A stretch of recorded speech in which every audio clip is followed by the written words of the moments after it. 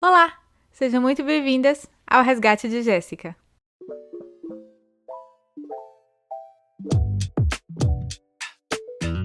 Oi, gente, tudo bom?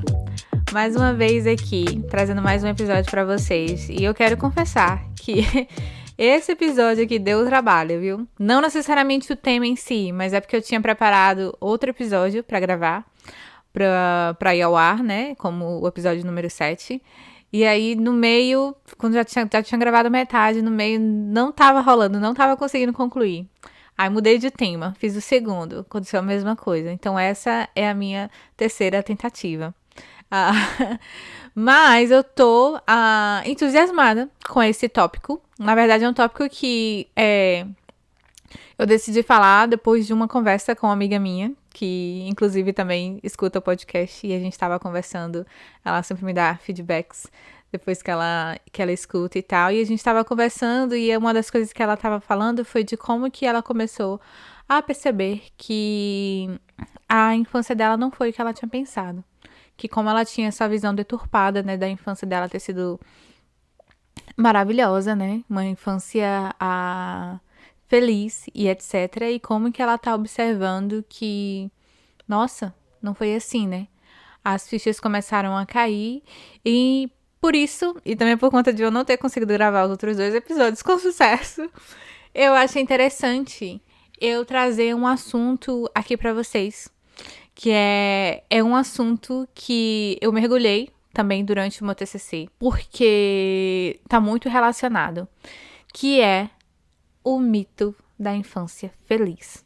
Existem, na verdade, são diversas camadas, existem vários fatores, o porquê é tão difícil pra gente reconhecer que a nossa infância nos causou dor, que a gente sofreu, que a gente passou por coisas que a gente não deveria ter passado, que teve falta, sabe?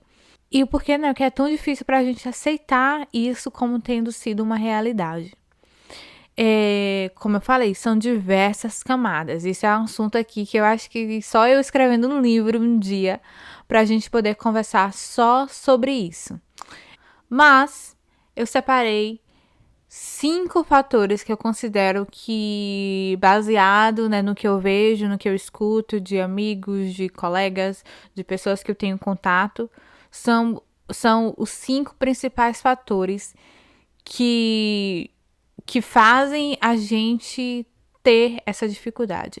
E mesmo pessoas que passaram pelos traumas de choques, como o meu exemplo, por exemplo, né, como que eu passei pela perda do meu pai, que em si já é um fator de adversidade, como a gente já conversou, passei pelos abusos sexuais, 2 abusos sexuais na infância e etc. E mesmo pessoas que passam por esses traumas ainda assim também têm dificuldade de olhar para trás e perceber que não foi uma infância feliz. Mesmo pessoas que passaram por isso. Então, consigo até imaginar o quão difícil mais ainda deve ser para as pessoas que não passaram por nenhum desses problemas, né? Que tiveram comida na mesa, que estudaram em escola particular, que não apanharam e etc. Então, eu imagino o quão difícil deve ser também para essas pessoas, porque elas devem olhar para trás e não ver absolutamente nada de errado mesmo. Porque se até as pessoas que têm traumas de choque têm essa dificuldade de olhar para trás e aceitar que houve dor, que houve problemas, que houve falta, que teve erros, imagine para quem não passou por nada, né? Então, vamos lá. O primeiro tópico é a gente confundir conforto material com o conforto emocional. Então, quando a gente olha para trás, né, a gente sabendo também da realidade de diversas pessoas que passam fome, que moram em lugares perigosos, né, a gente olhar para trás e ver que, nossa, eu tinha tudo, né? Eu fui numa escola boa, ou eu tinha, obviamente vai depender cada um do seu grau de realidade, né? Para alguns, só o fato, não, eu tinha comida na mesa, isso era o mais importante, né? Para outros, eu fui para a escola particular. Todos os meus coleguinhas iam para a escola pública, eu fui para a escola particular. Então, a gente vai confundindo, achando, né, principalmente na nossa criação, né, que a gente sabe que a maioria de nós vem de famílias em que os pais passaram por coisas muito piores, né? Então, a gente fica nessa dificuldade de que a gente acha de que o momento que a gente olha para trás e observa que teve problemas, a gente admite que teve problemas, é como se a gente estivesse descredibilizando o sacrifício dos nossos pais. Os sacrifícios por ter comida na mesa, por ter criado. Às vezes a gente olha para trás, nossa, não sei como meu pai criava, minha mãe criava a gente, 2 crianças, com um salário mínimo, sabe? Então a gente fica muito nessa questão, a gente fica com receio mesmo de falar que a gente teve, de admitir, né? Que não é nem de falar, mas de admitir que ainda assim teve ausências, teve faltas, teve dores, porque afinal de contas a gente tinha tudo, né? A gente tinha comida, a gente tinha escola, a gente tinha material legal, a gente tinha roupa, a gente ia para as festinhas e, de novo, vai depender da realidade de cada um de vocês, mas pensando nisso, a gente fica muito preso nessas questões materiais, como se o fato da gente estar nutrido fisicamente, materialmente, fosse suficiente. Mas, como a gente já viu, não é. Inclusive, eu ouso a dizer que, baseado em todos os estudos que eu já... não tem exatamente assim, um estudo específico para eu falar, mas baseado em tudo que a gente já viu, eu ouso a dizer que a nutrição emocional chega a ser mais importante do que a física, do que a material. Pensando lá no que a gente já ouviu, né, da doutora Nadine, né, falando sobre o efeito amortecedor, que a gente viu que o efeito amortecedor da criança ter uma figura de apego, né, seguro, que nutre ela emocionalmente, amortece os danos causados por todos esses outros traumas que poderão vir a acontecer ou que estejam acontecendo.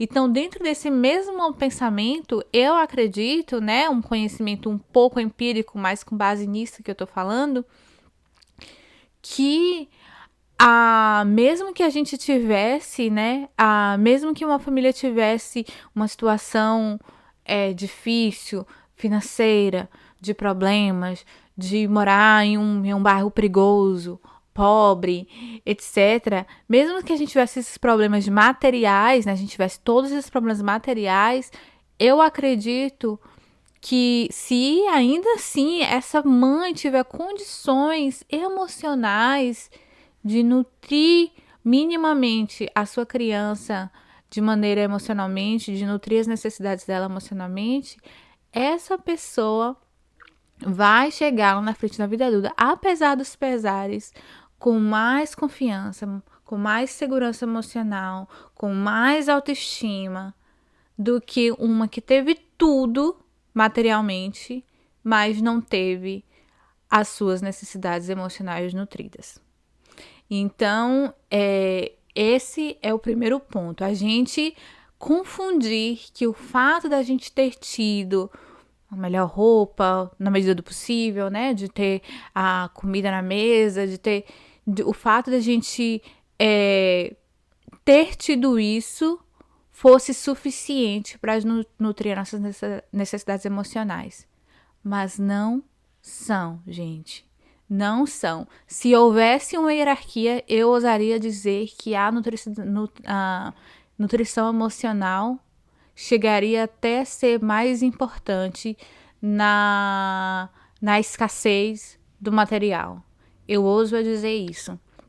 Então, esse é o primeiro ponto, né? Então, se você se encaixa nisso que eu tô falando, sabe que muito provavelmente essa é uma das barreiras que faz com que você tenha dificuldade em olhar para sua infância e assumir que houve negligência, que houve violência, que houve abuso, mesmo que não tenha sido físico ou material, houve emocional.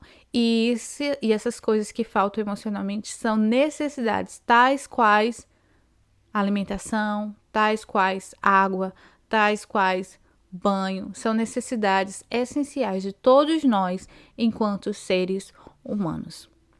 O segundo ponto é a normalização da violência. Gente, a gente precisa ter ciência de que tudo isso que a gente está falando, de defender, né, a integridade física da criança, de não bater, né, essa nova campanha, recentemente, né, ano passado, o Brasil adotou, né, a lei de parentalidade positiva, né, reforçando aí que criar a criança sem violência é um direito, né, a criança nascer em um lar em que ela não seja violentada, né, que ela não apanhe, que ela não seja emocionalmente negligenciada, é um direito. Isso é tudo novo. A nossa geração, por exemplo, no geral, maioria, tipo, é super normal a gente ter crescido sendo violentados fisicamente, né? Apanhar, bater, tapas e etc. Isso era super normal. Então, a gente normaliza a violência, porque imagine, a gente cresce ouvindo, né? Ah, eu apanhei e sobrevivi. A gente escuta as pessoas dando graças a Deus, a gente escuta as pessoas, nossa, ainda bem que eu apanhei. Eu sou muito grata às surras que eu levei. Então, isso é de uma normalização, porque a gente cresceu ouvindo isso. Então, se a gente chega hoje na vida adulta e a gente, pela primeira vez, vai ser os primeiros, talvez, a admitir que não vou dar graças a Deus porque eu apanhei, não.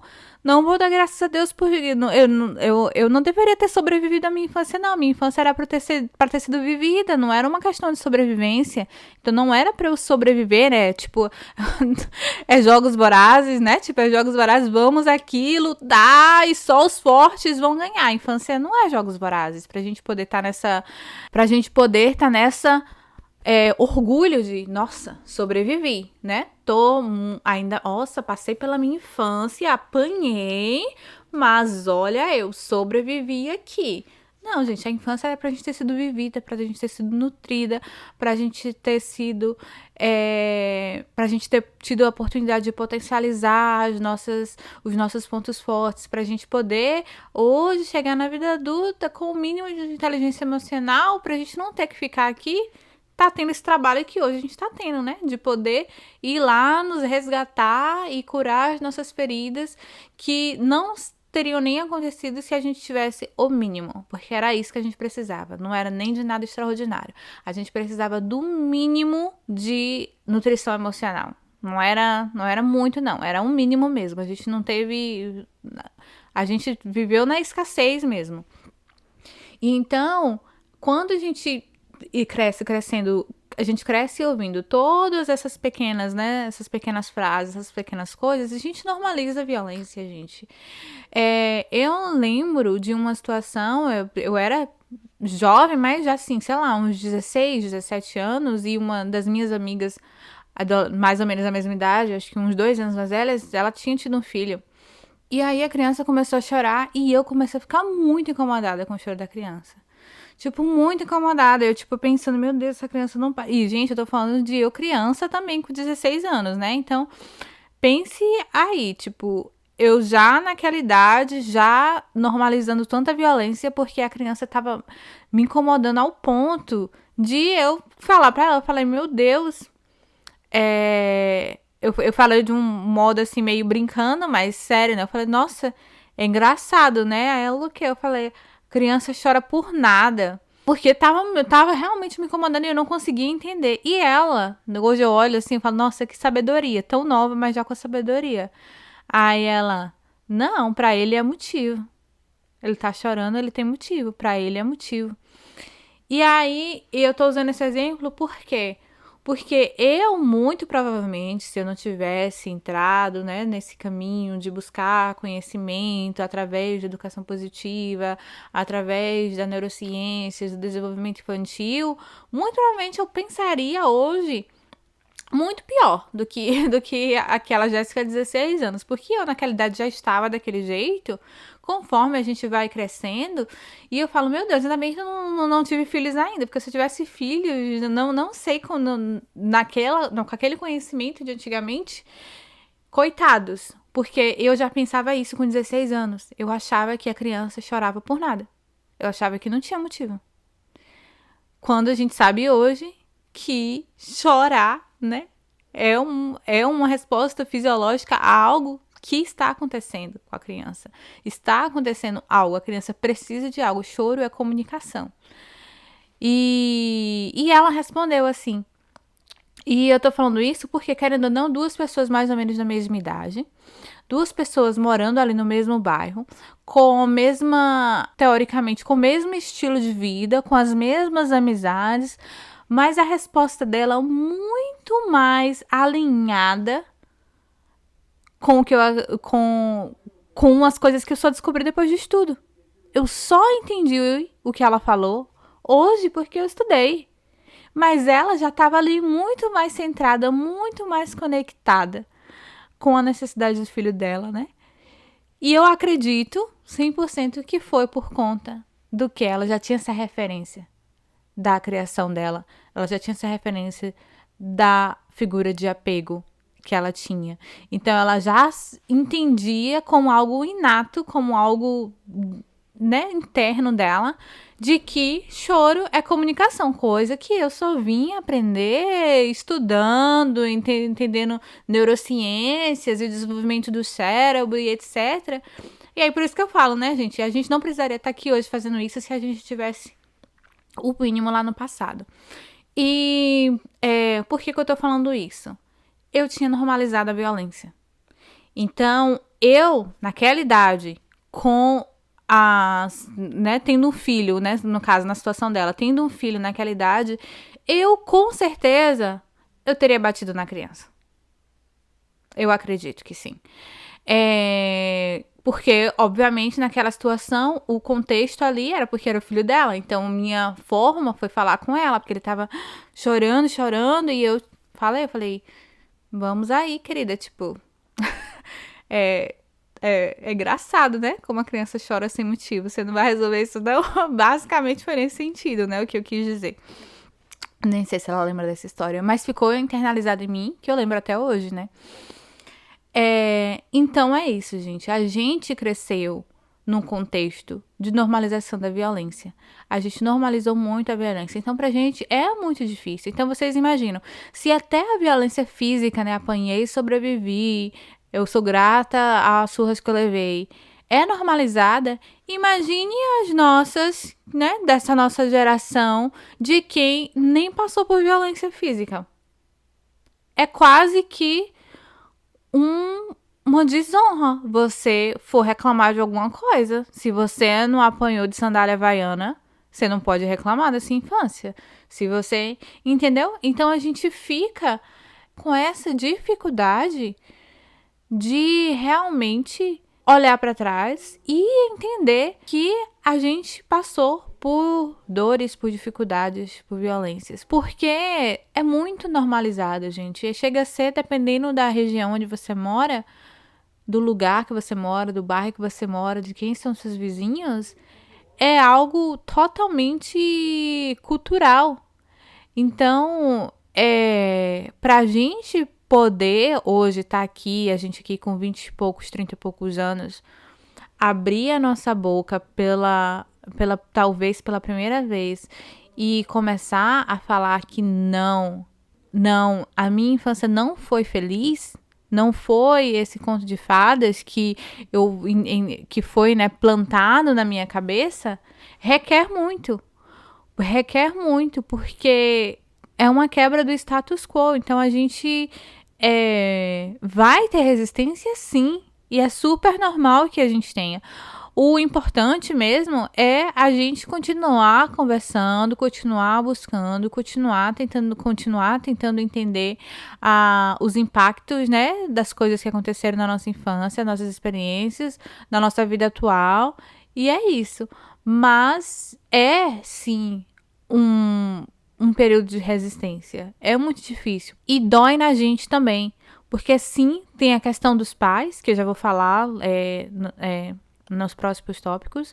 Mas dói na gente também, gente. Imagine você crescer achando, né, chegando aos seus 20 e poucos anos, achando que teve uma vida uma infância super feliz, super maravilhosa, e você descobrindo aos poucos que, apesar do que você achava, teve problemas, teve dificuldades, teve coisas que te doeram. Não foi esse mar de rosas, não foi esse conto de fadas. Dói, dói, dói na gente também. Então não é fácil pra gente também deixar essa guarda cair, entendeu?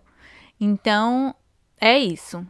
Vamos ao tópico número 3. O fator número 3 é um pouco técnico, científico, mas eu vou dar o meu melhor para poder explicar para vocês de uma forma simples. Eu já falei sobre isso aqui, eu trouxe até da última vez o livro do Bessel, né, que é o Corpo Guarda Marcas, que ele fala, né, sobre isso, sobre a questão das memórias implícitas, das memórias explícitas. As memórias explícitas são as memórias que todos nós aqui, se alguém perguntar, a gente sabe dizer, que é lembrar das coisas. Eu lembro eu lembro, né, o que eu comi hoje no almoço. Eu lembro como foi a minha festa de aniversário de 7 anos. Eu lembro qual a roupa, o sapato eu vesti no meu casamento, sabe? Então, tudo que a gente pode, dia tal, assim, assim, assado, isso aconteceu, blá, blá, blá, é uma lembrança explícita. A gente tem realmente o filminho registrado, né, no nosso cérebro, daquele evento, daquela coisa, do que aconteceu. Porém, existem outros tipos de memórias, que são as memórias implícitas. Ou seja, a gente não tem como fazer essa narração. A gente não tem como falar de maneira cronológica, né? Ou descrever as coisas de maneira descritiva. Esse tipo de memória. Por quê? Porque elas são formadas numa época na nossa infância, né? Logo nessa fase em que a gente não tem ainda o desenvolvimento verbal. Então, a gente não tem como falar, né, sobre o que aconteceu. Então, a gente não vai ter como ter essa lembrança explícita. A gente não vai ter como narrar acontecimentos de coisas que aconteceram na nossa fase pré-verbal. Mas isso não significa que não haja as memórias. É só que elas são memórias implícitas. Então, como que é isso? Basicamente, tudo que a gente falou, né, nos outros episódios sobre, por exemplo, sobre as nossas reações enquanto respostas traumáticas, são memórias. São memórias implícitas. Então, por exemplo, quando, por exemplo, né, eu tô numa discussão, eu tô numa briga com alguém, eu não consigo contra-argumentar, eu congelo, isso é uma memória. Isso é o meu corpo fazendo o que ele costumava fazer lá na nossa infância, o que ele aprendeu a fazer como defesa, como mecanismo de defesa lá na nossa infância. Então, aquilo ali é uma memória. Eu não preciso necessariamente olhar para minha infância e lembrar de eventos em que meus pais não me deixavam falar, em momentos que eles brigavam comigo, em que ou que meu pai e minha mãe brigavam comigo ali na frente e etc. Eu não preciso necessariamente ter essa lembrança para saber que essas coisas aconteceram. Porque se hoje eu tenho uma discussão e eu congelo, eu não consigo brigar de maneira, né, tipo, saudável, né, tipo, responder, um fala, o outro fala, sem entrar no desespero da discussão e de ficar congelada porque eu não consigo lidar com aquela situação, isso é uma memória de que isso aconteceu. Eu sei como foi a minha infância, eu sei como isso foi internalizado, discussão, briga, voz alta, foi internalizado em mim. É uma memória. Eu posso não ter a memória declarativa explícita, né? De falar dia tal, assim, meu pai, minha mãe, nananana. Mas o meu corpo tá aqui demonstrando, sem nenhuma dúvida, que eu tenho essa memória, que isso aconteceu. Ou como do exemplo do falar não. quando a gente ou tem dificuldade em ouvir não, ou tem essa dificuldade de até falar o não. No meu caso, é as duas coisas, né? Como eu já dei aqui exemplos também. E então, né, por exemplo, nesse exemplo, eu não preciso necessariamente lembrar de eventos no passado em que eu pedi alguma coisa e minha mãe disse não, e que eu tinha que preparar para pedir para ela, e aí ela disse não, ou quando eu disse não para alguém, para algum adulto, e eu, né, tipo, não pode falar não, eu sou sua mãe, eu sou seu pai e tal. Então eu não preciso ter essa lembrança desses eventos. Eu sei que isso aconteceu, porque isso está registrado em mim. Ou quando o medo de desagradar, porque você titia, dá um beijinho. Não, não quero. Menina malcriada, como assim? Vai dar beijinho sim, vai dar beijinho sim. Então, você aprende que você não tem, né? Não pode impor limites. E aí, mesmo que você não tenha essa memória, se hoje na sua vida adulta você tem essa dificuldade, a gente sabe que tá aí registrado, sim. Só que essa memória tá registrada de maneira implícita, mas tá aí. Então, esse é um terceiro fato, porque às vezes a gente quer sempre lembrar, né? Então, se a gente não lembra se nada de ruim aconteceu e a gente não lembra, né? Não, nada aconteceu. Então, foi maravilhoso. Mas não, se a gente tá tendo tá tendo que lidar hoje com esses problemas de mecanismos de defesas que a gente tem e que não são mais funcionais, a gente se lembra, sim, de várias coisas que aconteceram. Tá registrado no nosso corpo, mesmo que a gente não tenha memória declarativa para poder explicar o porquê e da onde que isso vem. Mas vem de lá da infância. Em algum momento, isso aconteceu. E o fator número 4, gente, é a idealização. O fato da gente, enquanto... tem várias raízes, né? Tem a raiz cultural da gente enquanto sociedade. A gente idealizar os nossos pais. A gente tem muito essa cultura de colocar os nossos pais, né? Num pedestal mesmo. Como as pessoas que sacrificaram tudo por nós. E isso faz com que a gente não consiga enxergá-los como seres humanos. Como seres humanos que são passíveis de erros, passíveis de falhas, passíveis de não ter conhecimento mesmo, de não saber de certas coisas. Então a gente cresce tendo os nossos pais como referências para tudo. Então, para tudo a gente vai olhar para eles, para tudo a gente vai perguntar para eles. Eles sabem tudo, eles são os melhores em tudo. Então, eles são maiores, né? Eles conseguem andar com as duas pernas. A gente começa engatinhando, depois a gente vai aprendendo. Então, eles tudo que eles fazem são modelos pra gente. E a gente vai crescendo, né, com essa ideia de que os nossos pais são perfeitos mesmo. E tem essa questão cultural também da nossa sociedade, né? Que a gente cresce, né? Tendo essa visão de que os pais deram tudo por a gente, fizeram tudo por a gente, abdicaram da vida deles pela gente, se sacrificaram a carreira, seja lá o que for. Então a gente vai crescendo dentro desse contexto. E o segundo aspecto disso é a questão de sobrevivência mesmo. Porque vocês imaginem, né? Lembrem, a gente já conversou sobre vários mecanismos de sobrevivência que a gente desenvolve. Imagine a gente, enquanto seres, crianças, pequenos, que chegaram nesse mundo, que só sobrevivem se tiver alguém cuidando delas. Imagine a dor, o curto-circuito nesse cérebro de entender que aqueles pais estão a machucando, que aqueles pais fazem coisas que não são boas para ela, que aqueles pais maltratam ela, que aqueles pais a negligenciam, entendeu? Então, seria de um curto-circuito, seria de um prejuízo enorme para o bem-estar dessa criança ter ciência de que as pessoas que cuidam dela não estão cuidando dela. Então, ela precisa,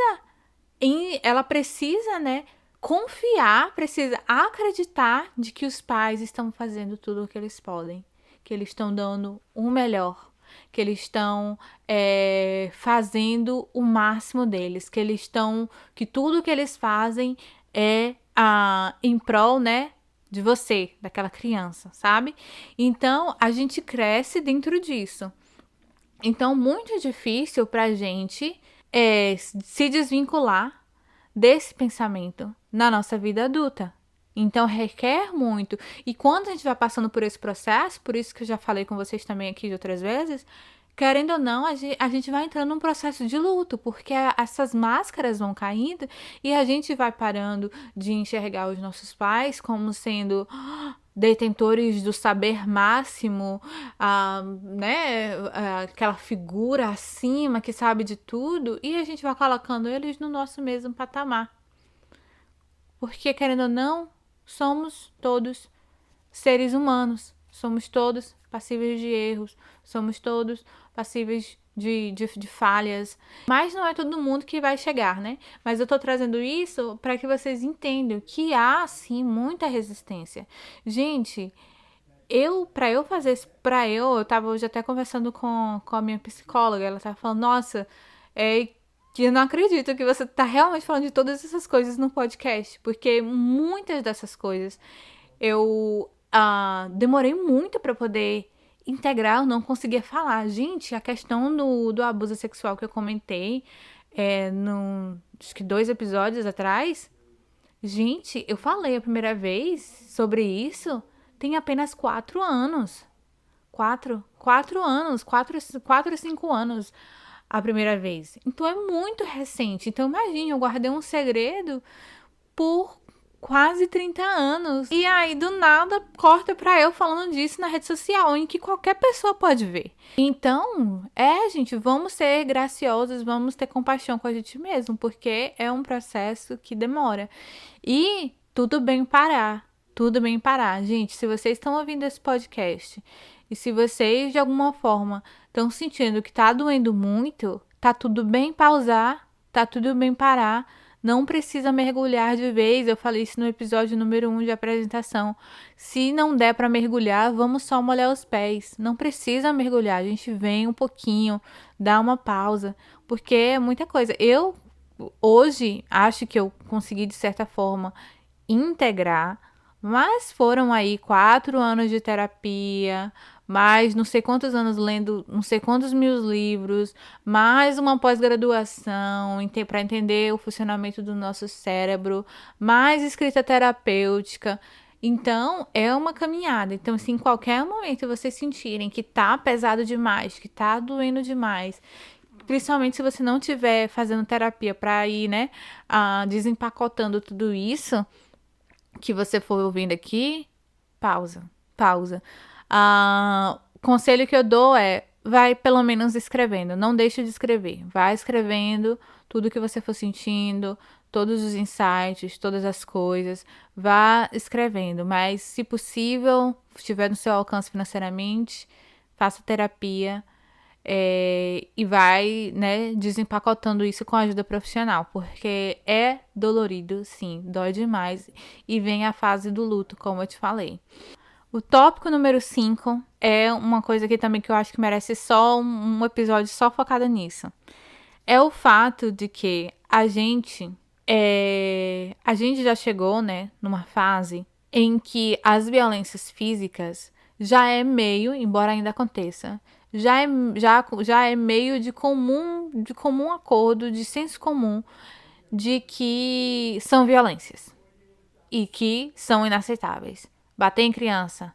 Hoje eu acho que a gente já chegou na fase que a gente pode sentar na mesa e bater no peito assim de boa, falando, não se bate em criança. Você vai bater em... Não. Da gente ser capaz de defender, sabe? Uma criança que esteja apanhando. Da gente pegar o telefone e denunciar se a gente vê alguém batendo uma criança. Eu acho que hoje a gente já tá mais nesse lugar. Embora ainda eu sei que aconteça muito, não é pouco. Aconteça muito. Mas eu acho que hoje a gente já tem esse aval social de que as pessoas que fazem o tal, que fazem, que batem, que usam castigo físico de forma, né, para educar, que abre aspas, fecha aspas, se sentiriam mais coagidas em fazer tais coisas em público, por exemplo. Porém, a violência emocional, são as violências invisíveis que eu falei no meu TCC, a gente ainda não consegue colocar no mesmo peso. A gente ainda vê como algo que é frescura, como algo que não tem prejuízo. O que na minha cabeça é surreal, porque a gente vai observar, por exemplo, que a maioria de nós sofreram todas violências físicas, né? Mas a gente vai observar que nessas configurações de famílias, algumas pessoas, né, na sua vida adulta, estão muito mais conectadas consigo mesmas, têm mais autoestima, são seguros de si. Tudo aquilo que a gente vê no apego seguro, quase tudo, né? Não dizendo que não houve danos, mas a gente vê muitas pessoas e aí você olha para outras pessoas que às vezes até nem sofreram nada físico e você compara.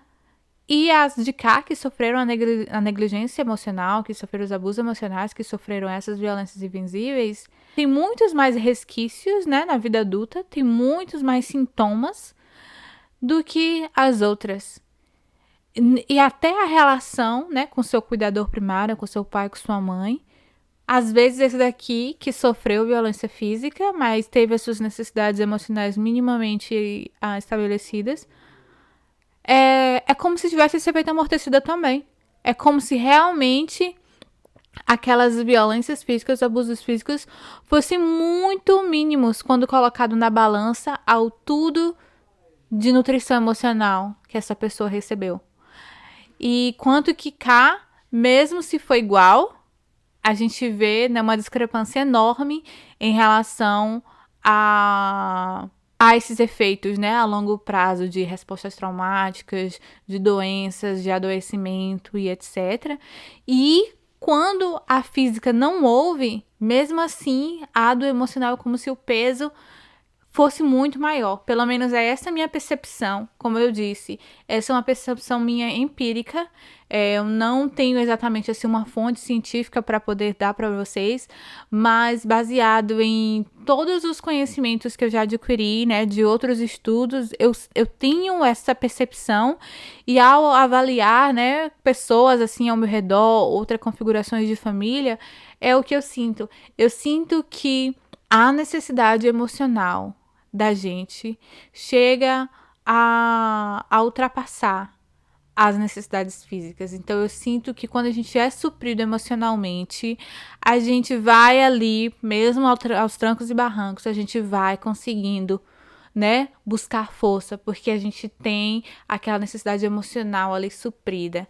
E enquanto que a gente pode ter tudo físico, tudo material, 100% suprido, se a gente não tem a emocional, a gente vive num vazio existencial, assim, muito grande. É muito mais sofrimento nesse sentido. Não quero comparar dores, mas é uma percepção, como eu tô falando, de que eu acredito que essas consequências vão ser maiores, mais na ausência da nutrição emocional do que na física, na material.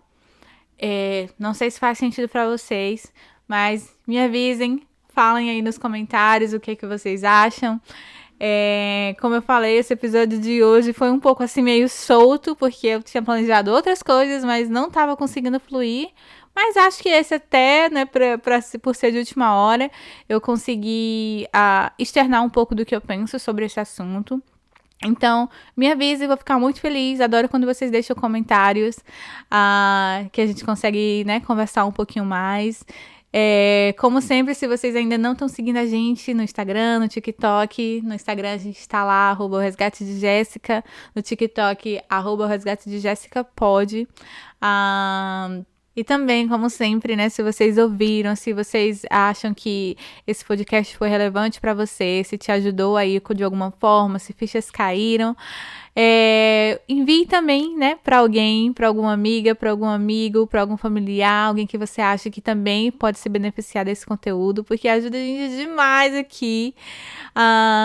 Eu tô amando muito essa experiência, mas obviamente, né, a gente precisa alcançar mais gente para que eu consiga continuar fazendo esse trabalho aqui. Então, é isso, galera. Espero que vocês tenham gostado e até a próxima. Um cheiro.